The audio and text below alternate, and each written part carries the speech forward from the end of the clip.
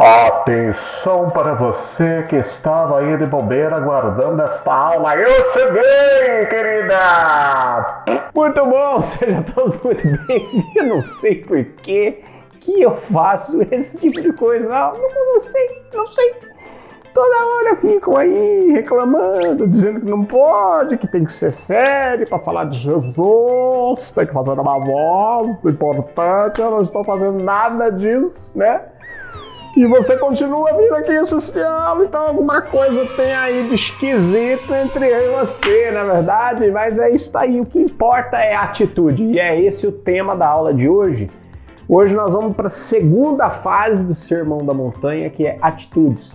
Jesus começa com bem-aventuranças, ou seja, virtudes, como nós vimos na aula passada, e nessa aula ele vai para as atitudes, ele vai falar sobre a lei, querido, a lei, law and order. É isso, esse é o tema de hoje, vem comigo, tá começando, Yeshua!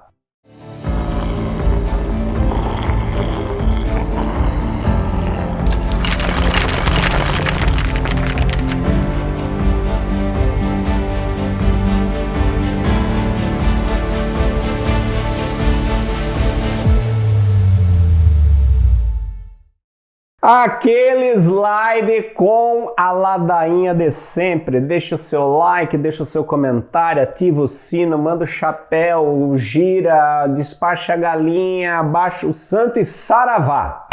Vamos começar. Claro, meu querido, deixe seu comentário, fale comigo, faça o seu cadastro lá no círculo, né? Pra gente se conhecer. Aquela conversa toda que já tá na 18ª aula, né? Já deveria ter feito. Estamos chegando na metade do nosso curso, hein? Bom, muito bem. Vamos lá. Sala de imprensa do Sermão da Montanha. Gente, Sermão da Montanha é o epicentro da doutrina de Jesus. Ele é o epicentro, ele é o grande investimento, né? Que é uma coletânea de tudo que os apóstolos reuniram e ouviram, os apóstolos, os discípulos, ouviram de Jesus. Legal? Então, assim, ó, você viu na primeira parte dessa aula virtudes, ou seja, bem-aventurança, quais são as qualidades, quais são as características, quais são as predisposições, não é, das pessoas que escolhem participar do projeto de Jesus. Nesse segundo momento, eles reúnem uma dilatação da compreensão da lei. Eles vão falar da lei, não é? Dos preceitos, mas sob um outro ponto de vista, conforme nós vamos ver. E depois nós vamos ter um terceiro momento, que é sobre o reino, que é a próxima aula. E na próxima aula você vai ver que fluxo fantástico existe aqui nesse compilado que os apóstolos fizeram, que os evangelhos fazem, e que, diga-se de passagem, tá? Essa estrutura aqui, ela atende a uma série de implicações que nós vamos ver reverberações disso ao longo da história, reverberações conceituais que chegam inclusive até o círculo escola. Vocês vão ver na próxima aula. Então, começamos semana passada com Sermão da Montanha 1, virtudes, e hoje Sermão da Montanha 2, atitudes. Bom, é o seguinte, para essa parte aqui, né, eu geralmente trago assim uma chave de compreensão, 5 chaves de compreensão, 4 chaves de compreensão. Aqui eu vou ter que trazer um molho de chave de compreensão, porque é bastante coisa. Então se prepara e vamos tocar pau. O que eu vou fazer? Ao contrário do que eu fiz nas outras aulas, onde eu lia todo o texto e depois voltava com as chaves, nesse eu vou estudar com você Mateus 5, de 17 a 48, mas eu vou lendo e pausando. Então vai ficar uma leitura muito grande, vai parecer missa, né? Que não acaba mais, vai ver salvação, cara, glória a vós, Senhor. Não vamos fazer isso, né? Eu vou quebrando e dando chave, a chave pra gente dar uma dinâmica, porque é muita coisa que a gente precisa ver na aula de hoje, legal? Então aqui, ó, primeiro ponto, vamos lá, vamos começar. Não penseis que vim revogar a lei ou os profetas. Não vim revogá-los, mas dar-lhes pleno cumprimento. Porque em verdade eu vos digo, até que passem o céu e a terra, não será omitido nenhum só i e nem uma só vírgula da lei, sem que tudo seja realizado. Aquele, portanto, que violar um só desses menores mandamentos e ensinar os homens a fazerem o mesmo será chamado menor no reino dos céus, e aquele, porém, que os praticar e os ensinar será chamado grande no reino dos céus. Muito bem.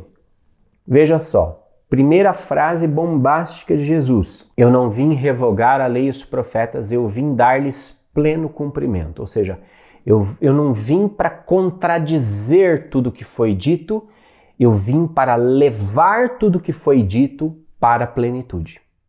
Para a plenitude. Eu vim para plenificar todas essas coisas. Então ele não vem para revogar, mas ele vem para plenificar. A plenificação acontece quando? Com a diluição, com a expansão da consciência. Entende? Expansão da consciência. É aquela coisa assim, né? Você tem, por exemplo, um computador, mas você não sabe usar. Né? Você nunca viu um computador na frente. De repente você tem um computador. Tá bom, você carrega ele de um lado para o outro, mas você não sabe para que serve. Até que vem alguém e te ensina a usar o computador. Ele não revoga o objeto que você carregava, ele apenas plenifica o seu uso. Você fala, nossa, caramba, eu posso fazer tudo isso com o computador? Pode, aí você vai. E trabalha, e você se diverte e tal. Você fala assim, aí vem essa pessoa de volta e fala assim, agora eu vou levar isso para você pro próximo patamar. Como assim próximo patamar? Esse computador dá para conectar na internet. Nossa, esse computador dá para conectar na internet. Nossa, que loucura! Ressignifica. Não revoga os anteriores, mas plenifica. O que Jesus está dizendo é isso. Eu não vim revogar, mas eu vim plenificar, dar o pleno uso. E Yogananda fala assim, ó, Jesus fala firme e claramente sobre a importância de cumprirmos as leis eternas da justiça. Esses códigos divinos são transmitidos ao homem pelo Senhor da criação através dos seus autênticos profetas e se evidenciam na maravilhosa estrutura do universo. Na maravilhosa estrutura do universo.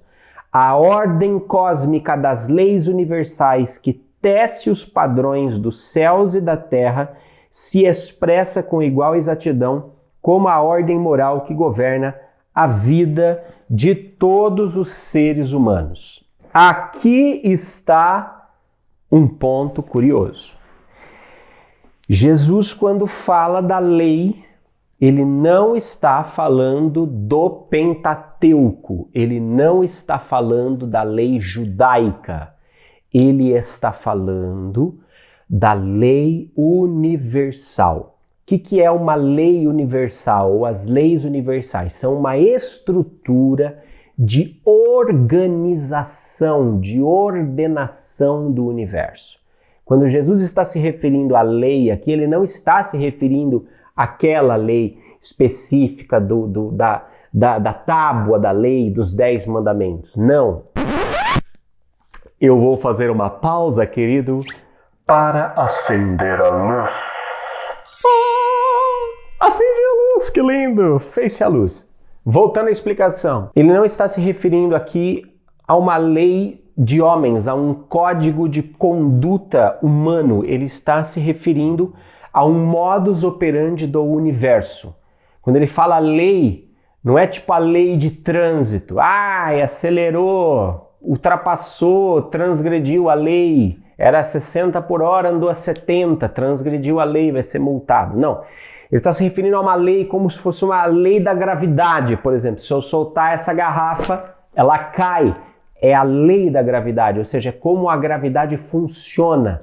Nós sabemos que ela funciona deste jeito e ponto. O que Cristo está falando aqui é sobre a estrutura que ordena o funcionamento do universo.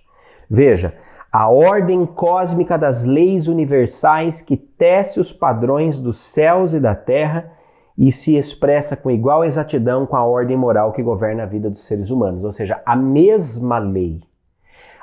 As mesmas leis universais regem os átomos, as moléculas, o movimento dos planetas e a sua vida e a minha. A mesma lei, ou as mesmas leis. O universo funciona com este conjunto de leis. Mais à frente, Indo Yogananda vai dizer assim: assim como a inteligência crística é o princípio eterno que governa todas as manifestações da criação, os preceitos da vida espiritual expostos pelo Cristo em Jesus são também intemporais, estendendo-se desde as gerações bíblicas até o futuro oculto. O céu e a terra passarão, ele declarou, mas as minhas palavras não hão de passar. Veja, lembra daquela imagem que eu fiz do lago, não é? A inteligência, a consciência crística como perfeito reflexo de Deus da criação. Esse perfeito reflexo de Deus é a inteligência de Deus operando toda a criação, sustentando toda a estrutura da criação em todas as suas dimensões. Por isso, esta inteligência crística que opera as leis do universo, que sustenta as leis do universo, quando fala através de Jesus, Jesus canaliza esta mensagem: o céu e a terra vão passar, mas as minhas palavras não vão passar. Ou seja, esta percepção, esta noção da operação do universo não vai passar. Não vai passar. Por isso que ele disse, não é para mexer um Y e não dá para mexer um I, uma vírgula dessa lei até que o céu e a terra passem. Por quê? Porque dentro desta grande manifestação do universo, deste grande ciclo cosmogônico, né, as leis estabelecidas e regidas, geridas pela inteligência crística vão durar durante toda esta eternidade do processo evolutivo de todas as coisas. Quando todas as coisas estiverem cumprido a sua ordem de evolução e retornado ao todo, então essa lei pode passar e pode vir um outro universo com outras leis. Isso não é uma coisa para você se preocupar agora, né, querida? Para de se preocupar com isso! O lance é o seguinte: o grande ponto e a grande chave mestra que nós temos que trazer aqui para entender tudo que ele vai falar a partir disso, né? Você vê, ele traz uma noção cósmica da lei. E aí, dentro dessa ideia cósmica, eu retomo com vocês, porque o grande sábio do Egito, Hermes Trismegistus, ele codifica 7 leis universais, então ele consegue reconhecer 7 leis universais, que foram aí codificadas na obra Kybalion por William Walker, não é? O que o Hermes não percebe é que quem opera, quem gere, quem administra essas leis é o Cristo cósmico, é a inteligência crística no cosmos. Mas ele percebe a lei, percebe? Até fica uns fragmentinhos, a gente vai juntando aí né? Vai juntando o quebra-cabeça. Quando a gente falou de mentalismo lá atrás, eu falei, isso aqui é uma lei universal. Mas por que esta lei é a chave mestra agora? Porque quando Jesus expande e diz, olha, eu não vim revogar a lei e os profetas, eu vim levá-los à plenitude. E não vai mudar nada disso. E aí ele começa a falar, primeiro, ele está falando de uma lei muito maior. E aí ele começa, a título de ilustração pedagógica, ele começa a pegar as leis da moralidade daquele tempo e começa a expandir a compreensão de todo mundo para muito além daquilo. E como que ele expande isso? Ele começa a mostrar o mentalismo na prática. Lembra lá? Nós estudamos isso na aula de água e vinho. Todo é mente, o universo é mental.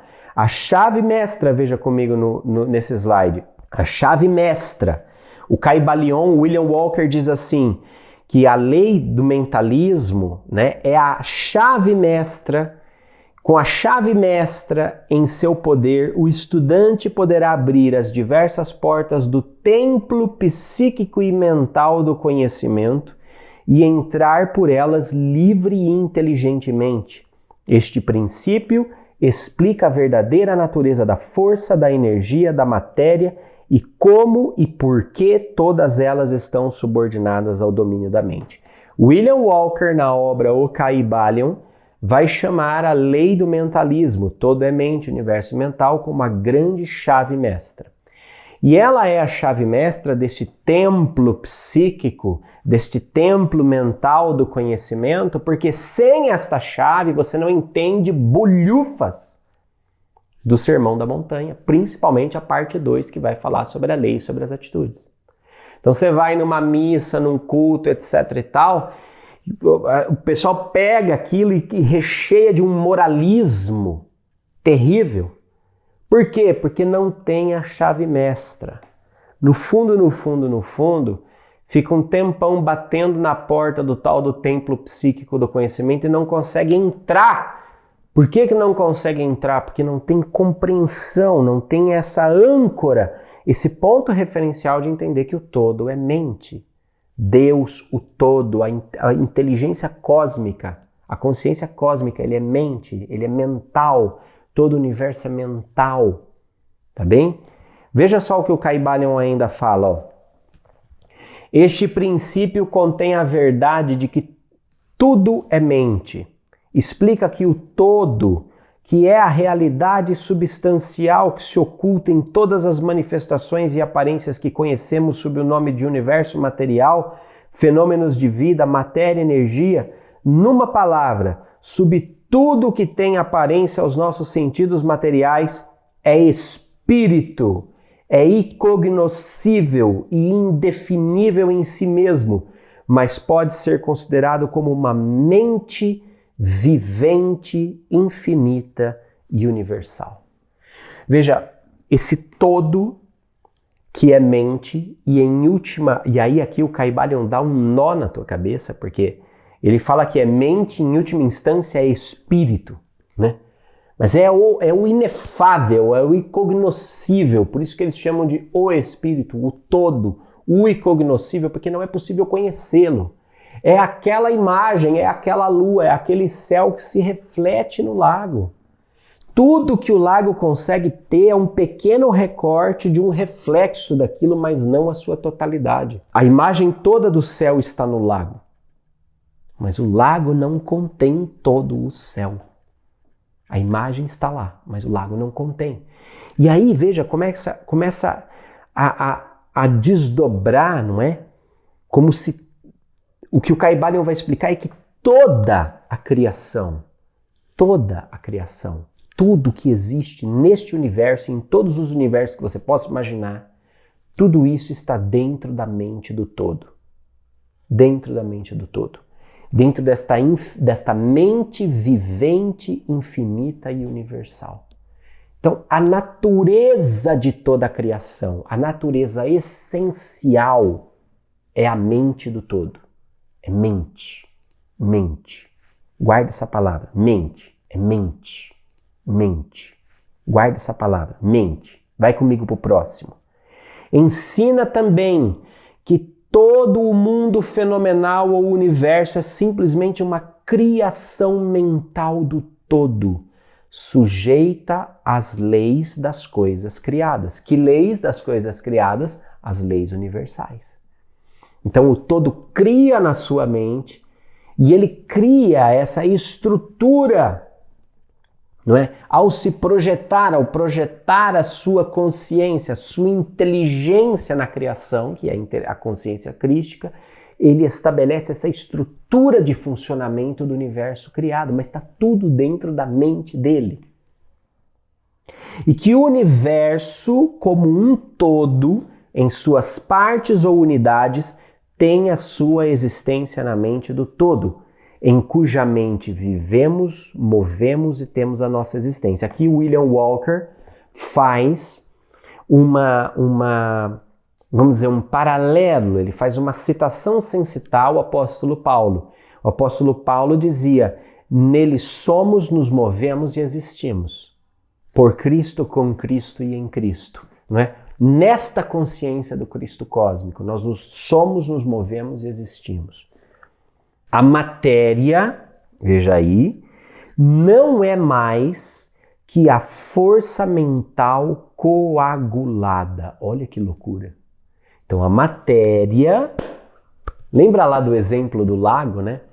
A matéria seriam as tacinhas, né? Essa realidade onde nós aparentemente estamos separados uns dos outros, mas eu brinquei, a grande ilusão é que aquelas tacinhas de água são feitas de gelo da água do mesmo lago.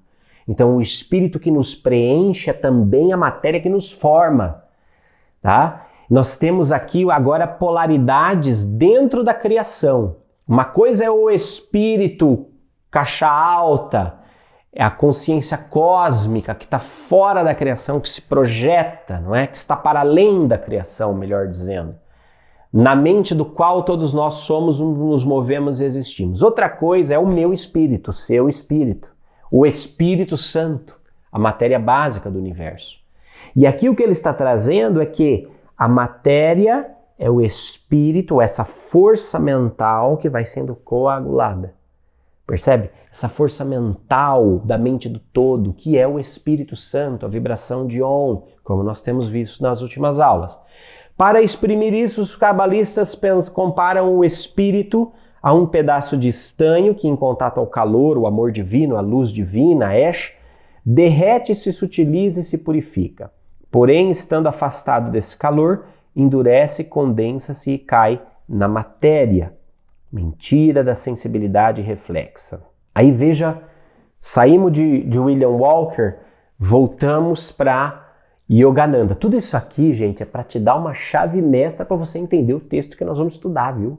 Nós nem entramos ainda nas leis e princípios que ele vai abrir. Isso aqui é só a chave mestra. Para você entender que o universo é mental. A grande realidade, a realidade real, substancial, é mente. E nós acessamos essa realidade com a nossa mente o tempo todo. O tempo todo. Veja o que o Yogananda diz aqui, ó. Todos os fenômenos, tanto na Terra quanto no céu, são manifestações inconcebivelmente numerosas de um único número ou substância divina, o Espírito Santo, a vibração de Om, né? A mente do todo. Esta essência subjacente que conecta todas as coisas numa unidade cósmica é a verdade, a realidade, Deus refletido na criação como a inteligência crística. Volta lá naquela ideia do lago, volta na imagem do lago e você chega à plenitude da compreensão dessa fala do Yogananda. Percebe? Agora, qual que é o ponto? Ó, as leis universais, que na yoga o Yogananda vai chamar de Dharma, que sustentam a manifestação objetiva da criação, emanam dessa inteligência divina que tudo governa, ou seja, emana da consciência crística.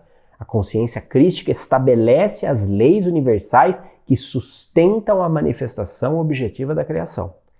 É por isso que Jesus declarou: eu vos digo que seria mais fácil que os universos causal, astral e físico, o céu e a terra, cuja vastidão é inconcebível, se dissolvessem no vazio, do que a mais diminuta porção da lei divina deixasse de demonstrar a sua realidade. Ou seja, é mais fácil que todo o universo sucumba e desapareça do que a lei universal ser contrariada. Ela não é contrariada. E isso quem falava era um representante crístico, um representante da consciência crística plenamente identificado com ela. Então veja, volta ao Kybalion. Ai, Juliano! Parece um jogo de tênis, mas é isso. O conhecimento, a verdade, ela está espalhada em vários lugares. A gente tem que juntar para entender, senão a gente não entende nada.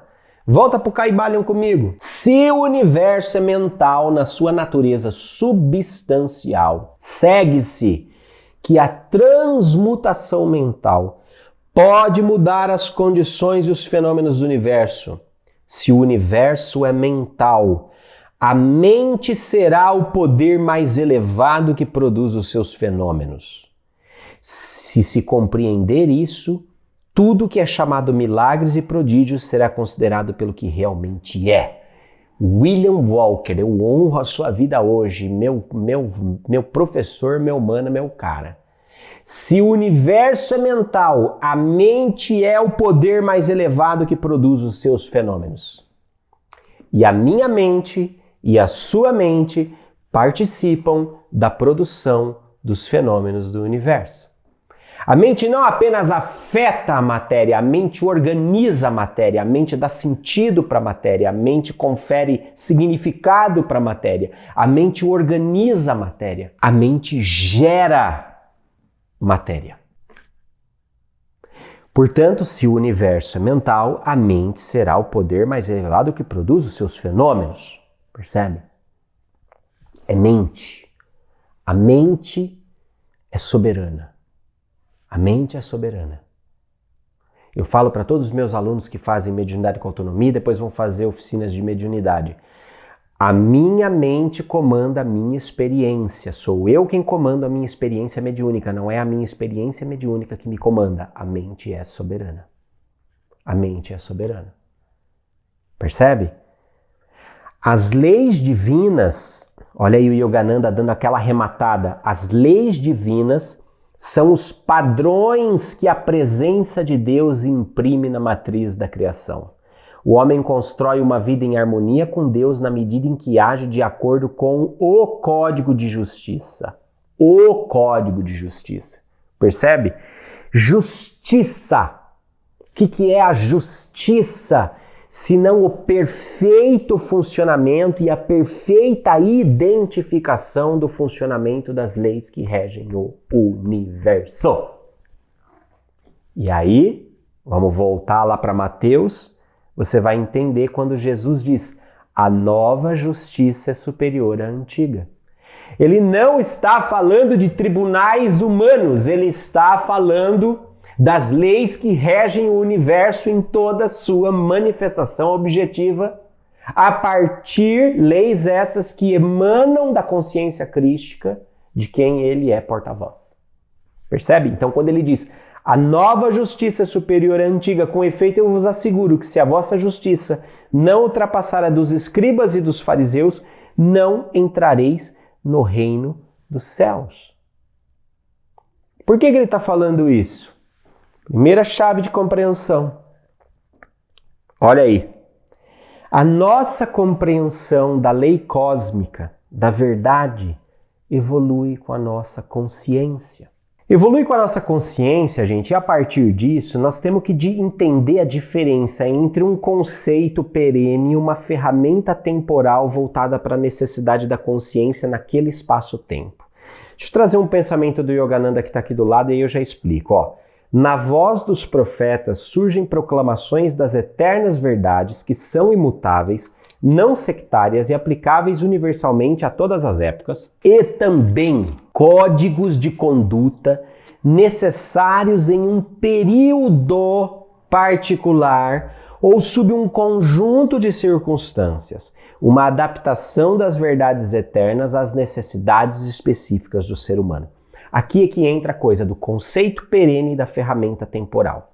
Veja, as leis universais existem, ponto, elas operam, ponto, nós temos mais ou menos consciência de como elas funcionam, ponto. O Cristo vem para ampliar a nossa compreensão desse funcionamento, mas elas já existem, elas são eternas, imutáveis, não sectárias, aplicáveis universalmente a todas as épocas, todas as situações de todas as pessoas. Pronto, maravilha, legal. Quando você tem um profeta de 2.000 anos, 3.000 anos, 4.000 anos atrás, ele mentalmente acessa essa realidade. E ele começa a escrever inspirado. Mas quando ele acessa essa realidade que é pura na sua dimensão originária, passa e se reveste da cultura, da linguagem, do momento histórico, da moralidade daquele momento, daquela sociedade, daquele plano econômico, toda aquela inspiração pura se reveste. Então, criatura, não adianta você vir falar para mim assim, ai, mas Posati tá na Bíblia. E daí que tá na Bíblia? Percebe? Você está pegando um livro que foi escrito, por exemplo, uma Torá da vida, que foi escrita há 4.000 anos por pessoas que moravam no deserto, eram nômades, comiam raízes e bichos estranhos. E você quer pegar aquele código moral e você quer viver hoje. Isto é burrice. Óbvio, porque uma coisa é o conceito perene. Outra coisa é a ferramenta para aquele momento. Por exemplo, numa das batalhas do povo de Israel, eles diziam assim que o Senhor, a alegria do Senhor é a nossa força e por isso nós vamos vencer a batalha. Isso quer dizer que Deus queria que eles fizessem guerra, se matassem, fizessem derramamento de sangue? Não!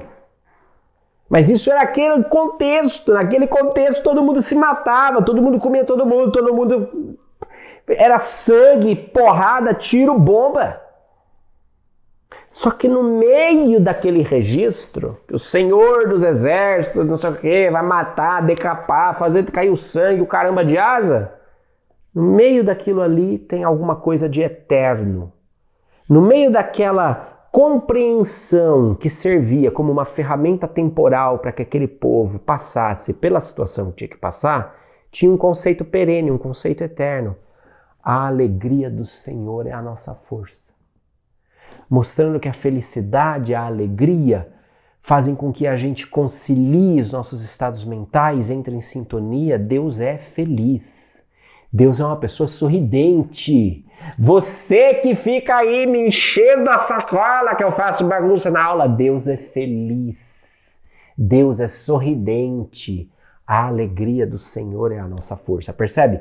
Tem algo de eterno no meio do monte de coisa que é contexto cultural, contexto histórico, compreensão de época, moralidade de época, blá blá blá. Então, na mesma voz, na voz dos profetas, vai ter coisa que é aplicável universalmente, então é aquele ingrediente puro da lei universal, aquela verdade eterna e imutável que serve para todos os tempos, e essa, por exemplo, é um exemplo. A alegria do Senhor é a nossa força. A alegria nos faz fortes. Entende? Quando eu estou alegre, eu concilio. Quando eu estou concilio, eu entro em comunhão, eu sou forte. Outra coisa é aquilo que serviu para aquela época, mas não serve mais para a nossa. Tá? Veja, gente, olha aqui nesse slide comigo. Quando a gente fala de viver a lei, nós estamos falando de transcender o legalismo. Porque a ordem emana de dentro para fora quando é um ato de amor e gera progresso. Então, o que acontece? Jesus falou lá, olha, a justiça de vocês tem que ser maior do que a dos escribas e dos fariseus. O que ele estava falando? Ó, vocês têm um conhecimento aqui místico e interior daquilo que eu estou falando, vocês estão alcançando em vocês a serenidade para refletir a consciência crística e reconhecer a operação do universo em todas as suas formas e todas as suas leis. A justiça de vocês tem que ser maior do que desse bando de gente que está aí lendo e repetindo lei como uns moralistas, cuidando da vida dos outros, nessa coisinha da religião, do que pode e do que não pode. Eu lembrei agora do pastor Ed René Kivitz, que tem uma frase muito boa que eu gosto. Ele fala assim, ele fala que na igreja dele, a pessoa quando chega para ele e pergunta assim, pastor, pode? Ele fala, a resposta é não. Eu falo, não, a resposta, quem pergunta pode, a resposta é não, porque quem pergunta se pode é criança. Criança não tem autonomia para decidir. Interessante, né, essa ideia? Se você perguntar se pode, a resposta é não. Porque para adulto, para gente responsável, para gente que transcendeu o legalismo e na sua serenidade reflete a consciência crística, acessa essas leis de funcionamento do universo e tenta viver em harmonias com ela, essa pessoa já não pergunta se pode ou se não pode, ela sabe, ela vai, ela age de acordo com esta harmonia, não com a plaquinha do não pise na grama, não faça isso, não faça aquilo. Ela não vai agir, ela vai agir de acordo com esta lei. É uma ordem que emana da comunhão do amor. É uma ordem que emana dessa serenidade interior. Por isso esta ordem gera progresso. Por isso esta ordem não é uma ordem ditatorial. Ela é uma ordem de modus operandi. Percebe? Amor, ordem, progresso. Conhecimento, movimento, transformação. São atitudes interiores de consequências exteriores. Quando eu tenho conhecimento do Cristo em mim, quando eu, na minha serenidade, eu reflito a consciência crística em mim, eu acesso o conhecimento do amor do Pai de todas as coisas. Esse amor em mim gera ordem, porque esse amor em mim reflete a ordem que vem do Cristo, as leis universais que são geridas pela consciência crística. E quando eu reflito essas leis universais em mim, eu gero progresso. Essas leis geram um movimento em mim que reflete em transformação, atitudes interiores de consequências exteriores. Veja, por isso, é muito louco, porque aí Jesus começa assim: ouviste o que foi dito, eu, porém, vos digo.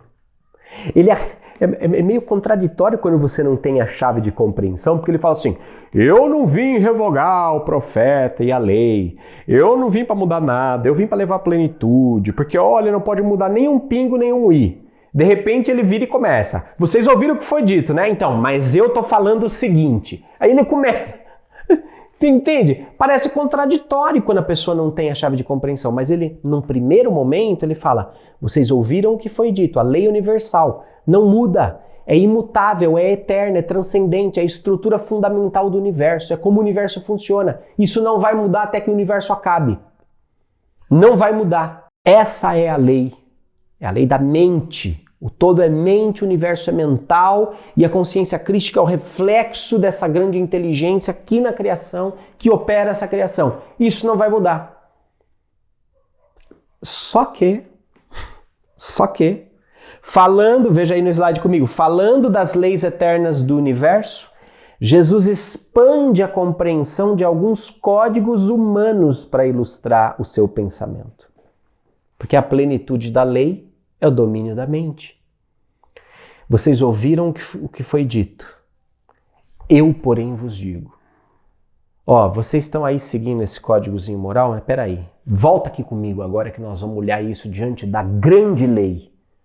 Nós vamos pegar essas regras do domínio que vocês fizeram e nós vamos bater com a constituição do universo. Foi isso que Jesus fez. E aí ele começa. Vamos ver? Vamos ver aqui várias, Ouviste que foi dito aos antigos: não matarás. Aquele que matar terá de responder no tribunal. Eu, porém, vos digo: todo aquele que se encolerizar contra o seu irmão terá de responder no tribunal. Aquele que chamar o seu irmão de cretino estará sujeito ao julgamento do sinédrio. Aquele que lhe chamar renegado terá de responder no gena de fogo. Portanto, se estiverdes para trazer a sua oferta ao altar e ali lembrares que o teu irmão tem alguma coisa contra ti, deixa a tua oferta ali diante do altar e vai primeiro reconciliar-te com o teu irmão, depois virás apresentar a tua oferta. Assume logo uma atitude conciliadora com o teu adversário enquanto estás com ele no caminho, para não acontecer que o adversário te entregue ao juiz e o juiz ao guarda e assim seja lançado na prisão. Em verdade, eu vos digo, dali não sairá enquanto não pagardes até o último centavo. Então, ele já pegou uma, Vocês ouviram isso, né? Não pode matar. Então eu vou falar para você, qualquer um que ficar bravo com o irmão, furioso com o irmão, já vai ter que responder no mesmo tribunal. Sabe por quê? Gente, porque se o universo é mental, veja aí a chave de compreensão 2 comigo. Se o universo é mental, os verdadeiros atos são mentais. A mente é a realidade concreta. A mente. Então, o pensamento precursor da ação é em si mesmo ação num plano mais sutil. Olha que pensamento esse do Yogananda. Considerar quem quer que seja como inimigo significa eclipsar a presença de Deus naquela alma. Veja, você pensou Você agiu. No plano mental, a ação já é ação. O código humano sendo dilatado para o código divino. Yogananda vai dizer assim, Jesus assinalou que à luz da justiça natural, o mal reside não apenas em atos homicidas, mas também em pensamentos e emoções de ira que dão origem a esses atos. E a fim de cumprir a lei não matarás, Jesus diz que não apenas o ato, mas também todos os pensamentos, palavras e ações relacionados com o fato de matar devem ser evitados. Tudo, percebe? Porque o universo é mental. O verdadeiro poder do universo está na mente. Jesus diz algo mais nesses versículos. As palavras são ações vibratórias muito poderosas, afetando favorável ou desfavoravelmente aquele que as pronuncia e também aquele a quem elas são dirigidas.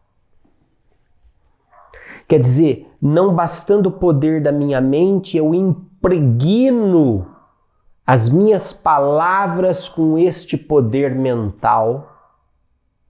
E quando eu dirijo elas para uma pessoa, eu estou dirigindo não apenas palavras, como intenções, como pensamentos.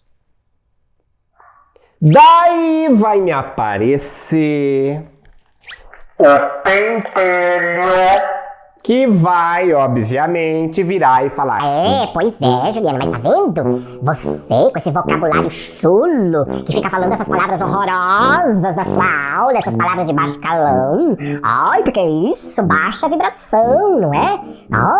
Eu acho um barato que o pessoal vem me importunar por causa do vocabulário, mas ninguém tem culhão de ir lá na live da Mônica de Medeiros reclamar do espírito veludo, né? Eu acho interessante como o culhão é seletivo para certas coisas. Mas eu vou aproveitar e abrir um parêntese aqui para dizer para vocês o seguinte: a minha missão é ensinar filosofia para quem não gosta de brisa e espiritualidade para quem está cansado de igrejice. A minha missão é ensinar uma geração que está carente de autenticidade, de espontaneidade, de transparência. Eu estou aqui fazendo o meu papel. Por quê? Porque essa geração está cansada daqueles que parecem e não são. Essa geração está cansada de religião de aparências. Essa geração está cansada de gente que tem a língua mansa, mas a intenção encardida por dentro. Essa geração está cansada disso. O Círculo é uma escola que ensina filosofia para quem está cansado de brisa de intelectual e para quem quer espiritualidade sem igrejice. Isso é a função do Círculo. Eu, meu amigo, estou fazendo o meu papel, gerando autenticidade, espontaneidade, transparência. Se você me encontrar na rua, você vai me encontrar assim, exatamente como eu sou na aula. Igualzinho. Aliás, um monte de gente vai nas oficinas de mediunidade do Círculo, congresso, não sei o quê. Aí a gente se conhece pessoalmente e o pessoal fica assim: nossa, o Posati é exatamente daquele. Eu sou exatamente desse jeito. Exatamente desse jeito, a todo momento. Eu não pretendo parecer aqui para você mais intelectual, mais santo, mais polido. Não. Eu não sou uma pessoa dando aula e uma pessoa na vida. A pessoa da vida é a pessoa que dá aula. A pessoa que dá aula é a pessoa que vai para a vida. Esse sou eu. Caso você não esteja feliz com o meu jeito, o que eu posso dizer para você assim é: por favor, faça melhor do que eu. Faça melhor do que eu. Já é tempo de você ocupar o seu lugar e eu tirar umas férias. Então, se você não gosta da minha linguagem, do meu jeito de ensinar, faça melhor do que eu, por favor. Porque eu não tenho como atingir, eu não tenho como falar com todas as pessoas. Nem todo mundo vai gostar de mim. Mas talvez a pessoa goste de você. Talvez a pessoa goste do seu jeito. Então, entra na plataforma do Círculo, faz o seu cadastro, se inscreve lá, no curso de Yeshua. Aí você pega todos os slides que eu deixei lá prontinho e você dá essa aula com o seu jeito, usando o vocabulário que você acredita que seja mais autêntico na sua boca.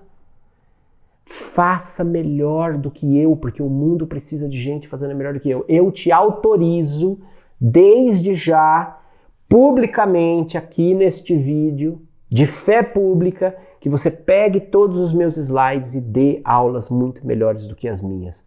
Porque a transição planetária ela é feita de efervescência. São várias pessoas fazendo o seu melhor nas suas bolhas de atuação. Faça melhor do que eu.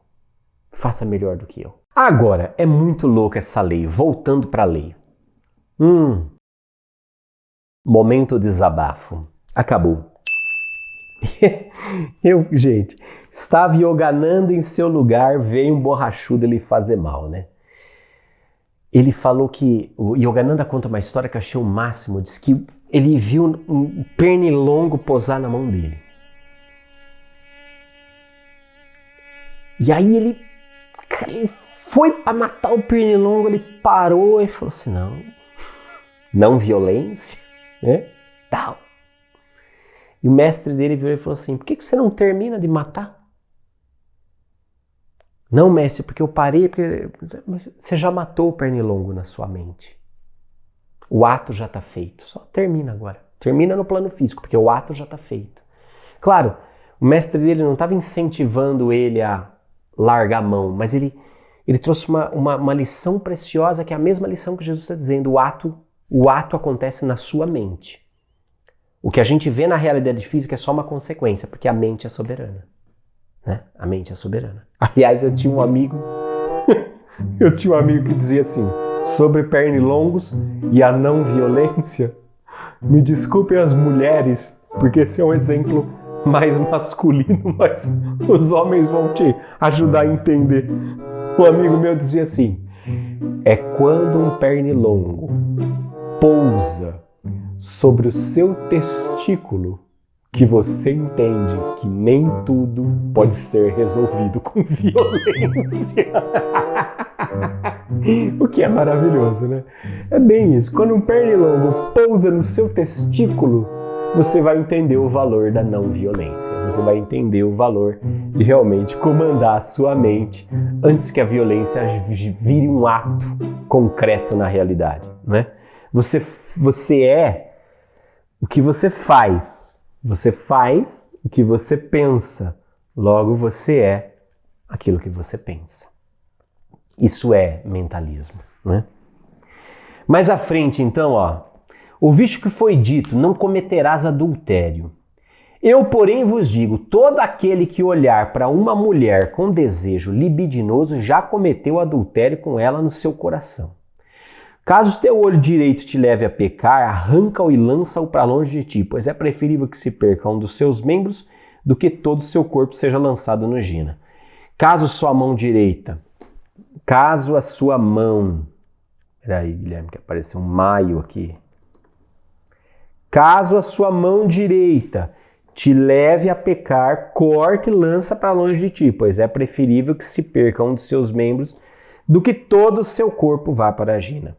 Foi dito, aquele que repudiar a sua mulher, dê-lhe carta de divórcio. Eu, porém, vos digo, todo aquele que repudia a sua mulher, a não ser por motivo de prostituição, faz com que ela adultere. E aquele que se casa com a repudiada comete adultério.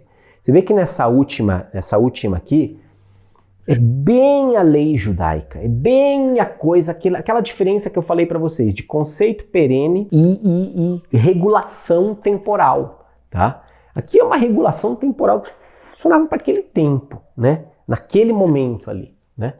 E que tinha leis rígidas, sociedade machista, etc e tal. Agora, qual que é a chave que a gente tem que ter para compreender essas duas sentenças? Primeira chave é, a hipocrisia é uma merda.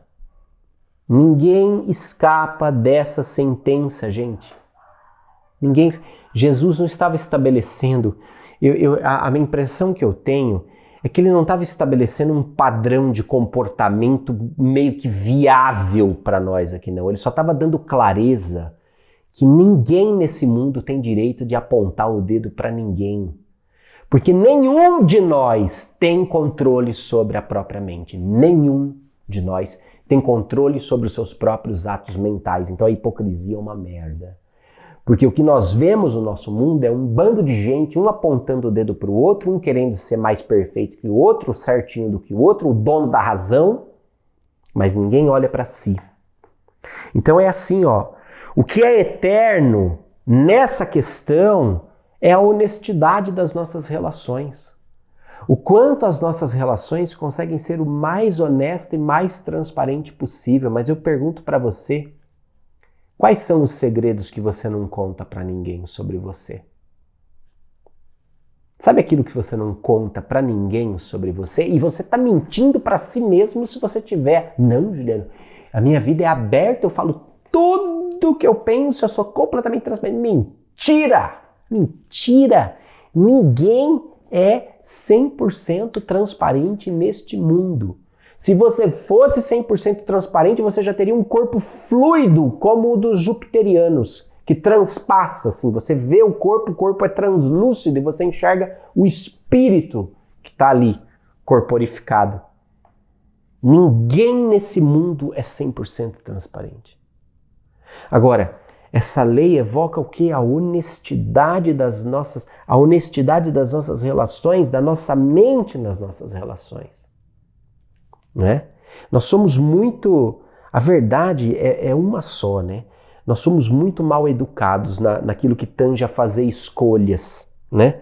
Então, é impressionante, porque as nossas relações, elas são relações ruins porque nós não sabemos fazer escolhas. Elas são relações ruins porque elas não estão pautadas numa identidade bem constituída. Né? Numa identidade bem constituída. Relações de qualidade precisam de indivíduos graduados em autoconhecimento. Não é curso de noivo que vai fazer o casamento funcionar, é autoconhecimento. Não é curso de noivo que vai fazer a relação funcionar, é autoconhecimento. É autoconhecimento. Agora, existe na nossa sociedade uma pressão velada pró-casamento. Estou falando, né? Eu que estou no terceiro e último dessa vida. Se Deus quiser, terceiro e último, não caso mais. Vou ficar casado pro resto da minha vida. Com essa mesma mulher que eu amo de paixão. Mas existe uma pressão pró-casamento. Existe uma coisa que se o sujeito não casa, ele não deu certo. Se o sujeito não casa e ele tá... Cara, se a nossa sociedade revertesse a pressão pró-casamento por uma pressão pró-terapia, pró-psicólogo, nós teríamos muito menos merda nas nossas relações, muito menos problemas nas nossas relações. Mas falta o quê? A sinceridade, a honestidade nas nossas relações. Por que falta honestidade? Porque falta autoconhecimento. Falta autoconhecimento. Então, relações de qualidade precisam de pessoas graduadas em autoconhecimento. Senão não vai dar certo. Nunca. Nunca. E aí vai ser sempre separação, vai ser sempre briga, vai ser sempre problema, vai ser sempre cobiçando, porque a grama do vizinho vai ser sempre melhor do que a minha, e vai ser sempre um problema. Percebe? O problema está na mente. Tem que voltar para a mente. Tem que voltar para a mente. Se o homem vive em perfeita harmonia com a operação desses princípios, ele permanece como um ser espiritual comandando o seu corpo e a sua mente. Pecado é aquilo que compromete esse perfeito autodomínio. Cara, eu achei essa sacada maravilhosa. Maravilhosa. O que é pecado? Pecado é aquilo que compromete o seu autodomínio, corpo e mente. A sua mente é soberana? Aquilo que compromete a soberania da sua mente e os atos do seu corpo, que são consequências da sua mente, é pecado. Então veja, quem define o que é pecado ou não na minha vida sou eu, a partir de uma postura honesta de autoconhecimento. Agora, se eu não tenho uma postura honesta, madura de autoconhecimento, Eu vou sempre perguntar para o outro se o que eu estou fazendo é certo ou errado. Quem tem que saber se o que você está fazendo é certo ou errado é você.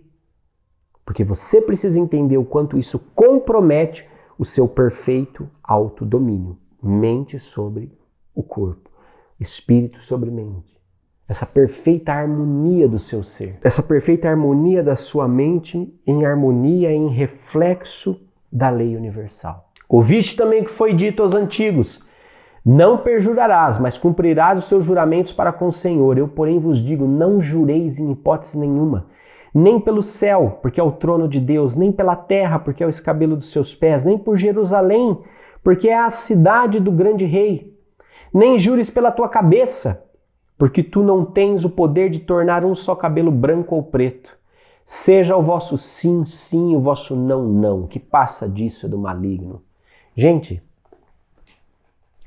olha que contínuo, né?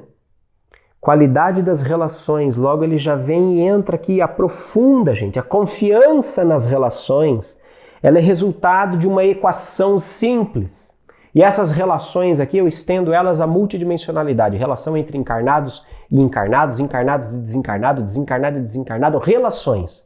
A confiança nas relações, né? Que a pessoa, eu juro que eu estou falando a verdade. Eu juro por Deus que eu estou falando a verdade. Cara, confiança nas relações, ela é fruto dessa equação que você está vendo aqui.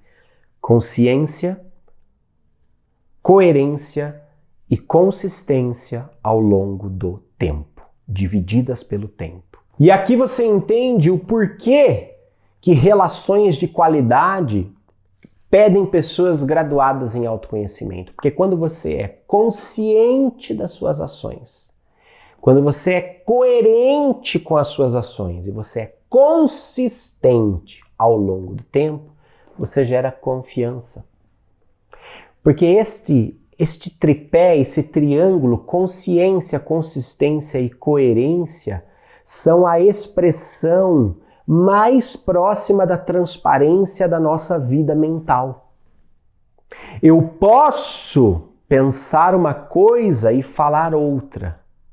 Eu posso ter consciência de uma coisa e agir de outra forma, mas a consistência e a coerência, elas vão me denunciar ao longo do tempo. Vão me denunciar ao longo do tempo. É impressionante, né? Porque 5, 6, 7 anos atrás, sei lá, eu tinha todo esse desejo de dar aulas, de compartilhar, de falar.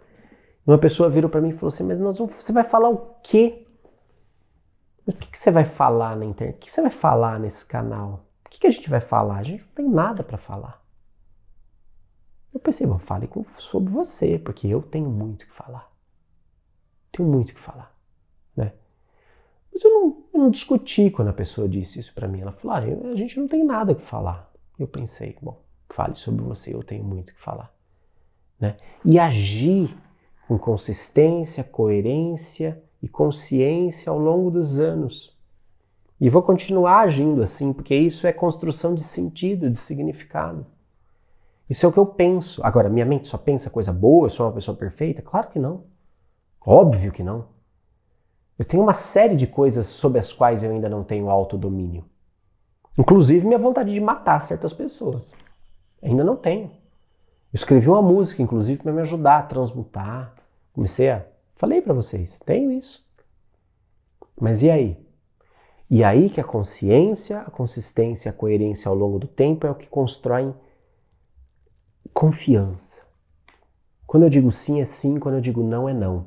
Mas se eu precisar mudar meu não para sim, eu vou mudar, porque eu não estou comprometido com o erro. Se a minha consciência abraça uma nova compreensão, eu vou mudar o meu sim para não, o meu não para sim.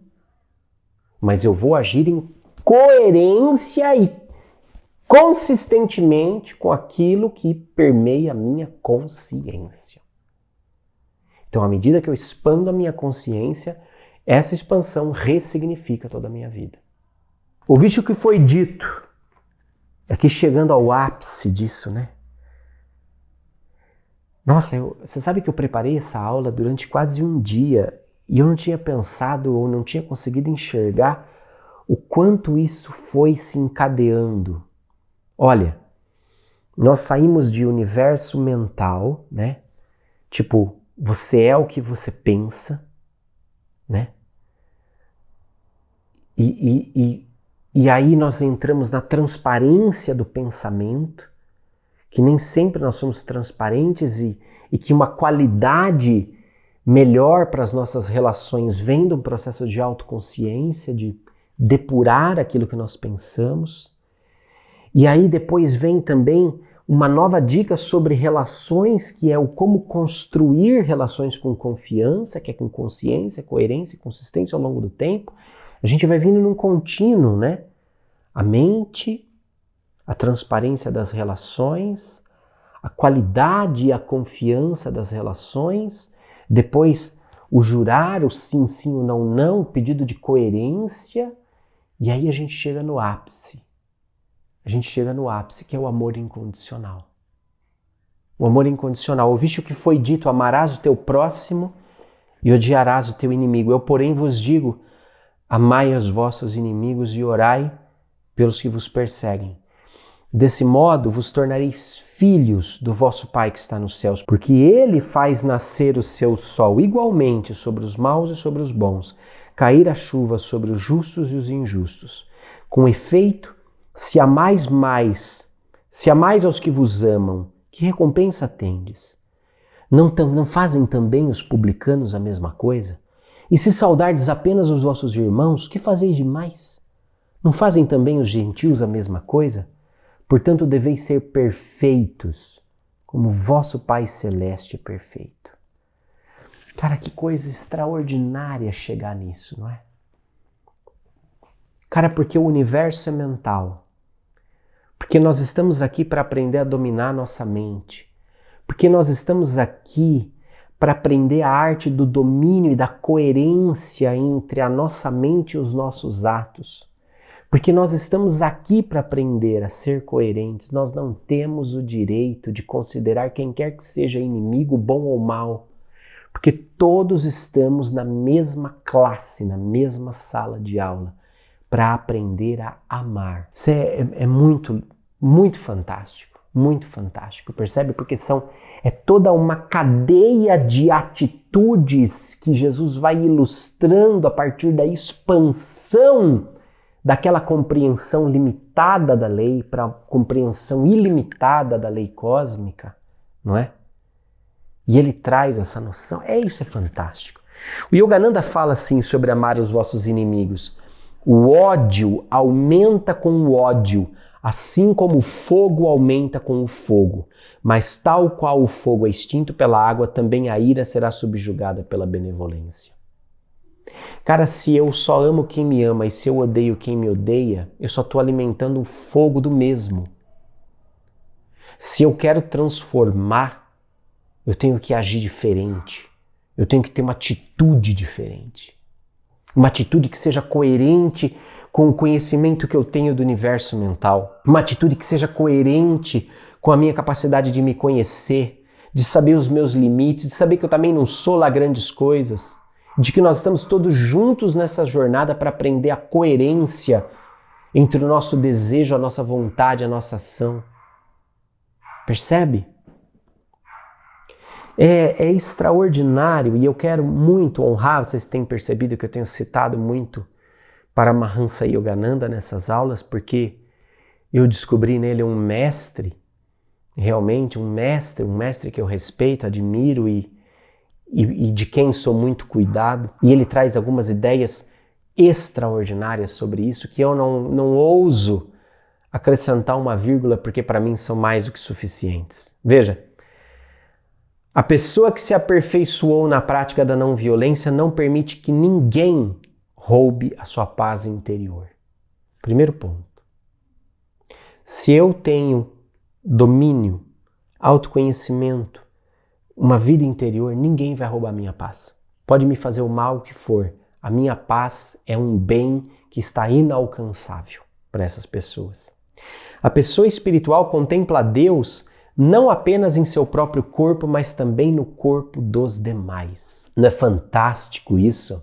Lembra do Bhagavad Gita da aula passada que ele fala assim, quem me vê em todas as coisas jamais me perde de vista? Como é que eu posso odiar uma pessoa se lá por trás de tudo aquilo o todo mora nela, Deus está nela? Tudo que uma pessoa de natureza divina faça por alguém, ela sente que por meio de tal ação está desapegadamente fazendo algo para si mesma em outro corpo, assim como se troca um anel de um dedo para o outro. Quer dizer, quando Jesus fala assim, oferece outra face, dá a túnica, se alguém vier lhe roubar, dê tal coisa, quer dizer, não está pedindo para você ser idiota, né? Ele está simplesmente dizendo, cara, veja que Deus está naquela pessoa também. Faça algo pelo Deus que está naquela pessoa. Aquela coisa, você só troca o anel de dedo, mas a mão é a mesma.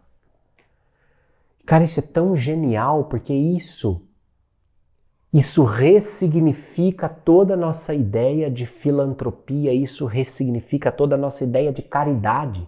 Isso ressignifica toda a nossa ideia de fazer o bem para o outro. Porque o que eu faço para o outro eu estou fazendo para mim, porque ele e eu somos a mesma coisa. Somos dedos da mesma mão. Faz sentido você ter uma mão aqui com todos os anéis nesse dedo? Vai ficar ridículo, esse dedo não vai conseguir se mexer. Não faz sentido que você coloque um pouco desses anéis aqui nos outros dedos? E, no entanto, todos os anéis não continuam sendo seus, porque todos os dedos são seus? Ora, se Deus me deu mais, por alguma razão, é a minha função distribuir isso para mim mesmo que mora no outro. Para mim mesmo que mora no outro. Então, neste ponto de vista, eu não estou doando, eu estou apenas realocando o anel. Eu estou realocando algo que não é meu e não é dele. Percebe? Eu estou fazendo nele. Eu estou dando. Não estou dando, na verdade. Percebe? É isso que é o lance, eu não estou dando. Porque isso vai continuar sendo meu, porque eu e ele somos uma coisa só. Olha que louco isso. Muda completamente. Deixa aquela coisa do, eu faço caridade, eu dou para os pobres. Então eu tô aqui, o pobre tá lá, fudido lá embaixo. Não tá dando nada. Você tá tirando uma coisa que é sua e dando uma coisa para você mesmo que mora naquele outro, porque aquele outro e você são uma coisa só. Então não é doação, é o reconhecimento da justiça, é o reconhecimento do equilíbrio, é o reconhecimento da harmonia, do sentido. Não é aquilo que eu tenho, é aquilo que está comigo. Pai é nosso, o pão é nosso. Essa é uma frase do Ed Renekiewicz. O Pai é nosso, o pão é nosso. Entenda suas posses como generosos empréstimos de Deus para fazermos o bem. Ai, que lindo. Veja mais essa aqui, ó. O amor é o poder de atração do espírito que une e harmoniza. Então, quando eu reconheço no outro o mesmo espírito que me habita, a mesma natureza que me habita, o amor nos une. O amor nos harmoniza. E o amor em movimento é misericórdia. O amor em movimento é misericórdia. Ele redistribui os anéis igualmente pelas mãos, né? Os mortais comportam-se como mortais quando retribuem na mesma medida o que recebem, mas expressam a sua inata divindade quando, a partir da pura magnanimidade da sua alma, retribuem o ódio com o amor e o mal com o bem. Não tenho o que falar. Esse cara é irretocável. Eu honro a vida do nosso mestre Yogananda, na certeza que você entendeu. Na certeza que você entendeu. E que é preciso agir, né? Que é preciso agir. Eu vou ficando por aqui. Lembrando para você que nós estamos com as matrículas abertas do curso de iniciação à exoconsciência, matrículas que só ficam abertas em julho e agosto todos os anos, para uma experiência anual, uma jornada anual de autoconhecimento, de integração das suas dimensões, da sua identidade espiritual, uma experiência fantástica, são 90 aulas, 10 encontros ao vivo de mentoria comigo e com outros mentores do Círculo Escola para transformar realmente a sua senso-percepção, a sua espiritualidade em ação. Isso é exoconsciência. A integração dessa espiritualidade, a tradução disso em ações práticas na nossa vida e no nosso dia a dia. Eu fico por aqui. Na próxima aula, Sermão da Montanha 3, Pai Nosso. Para você que vai fazer sua inscrição no Exoconsciência, circuloescola.com. Até mais!